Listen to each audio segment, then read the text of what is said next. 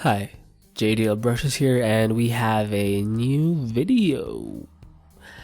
This time we are working again on an architectural sketch, and as you can see, not only did I use the lasso tool, but I frequently used the marquee tool, and it is especially helpful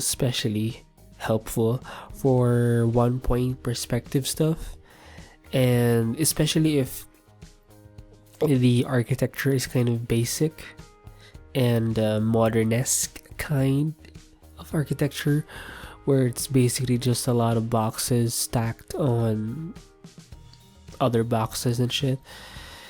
And yeah, it does help with the selections. So I did some random marker strokes, and I used that to kind of signify the grass for the yard of the house. And again, I'm trying to vary my marker shading strokes for the shadows. And by the way, the shadow phase, where I paint in the darks of the image, doesn't exactly mean you're focusing on the actual shadows. You can use this phase of rendering to kind of add in some kind of accent to make the image look more cool, and so it doesn't technically have to mean exactly rendering in the shadows, like actual shadows. You can just be quite random with it, I guess, and just make it look interesting. Play with the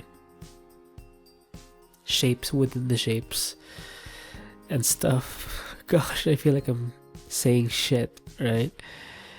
Anyway, I think I tried painting in some reflections with the shadows, but I think I just focused on doing that kind of thing with the actual colors later on. And by the way, whenever I render something like this, I always have the reference image, or a reference image, right beside.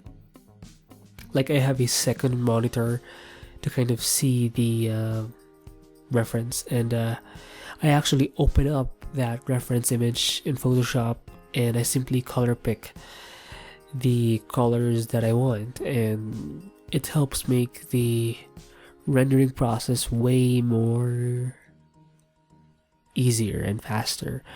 I mean, you can always use the color palette that's, say, on the left hand side of the screen, and I usually have that opened up just in case.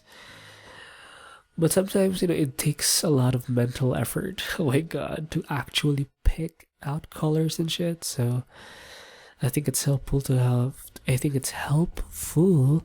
have a reference image right beside your working kind of platform or view, right? So anyway,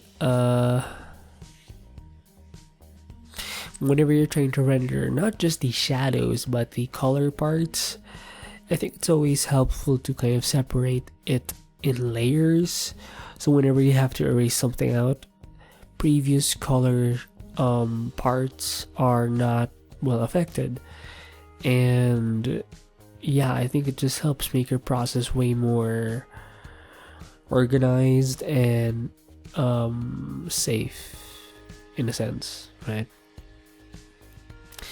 And when you're trying to color in, well, colors, I think it's helpful not to just pick out one color, and to actually have some color variety, right, with the strokes. And because if you don't add some extra colors, it can make your image look way flat and basic. So you could always test that approach in your renderings. So I'm actually pretty close to finishing at this point, and I'm just adding in the white lines as usual, making it more pretty. I use the marker brush pack for this one, and yeah, whichever your art, whatever your tool, make it beautiful. I'll see you in the next video. Bye. Bye.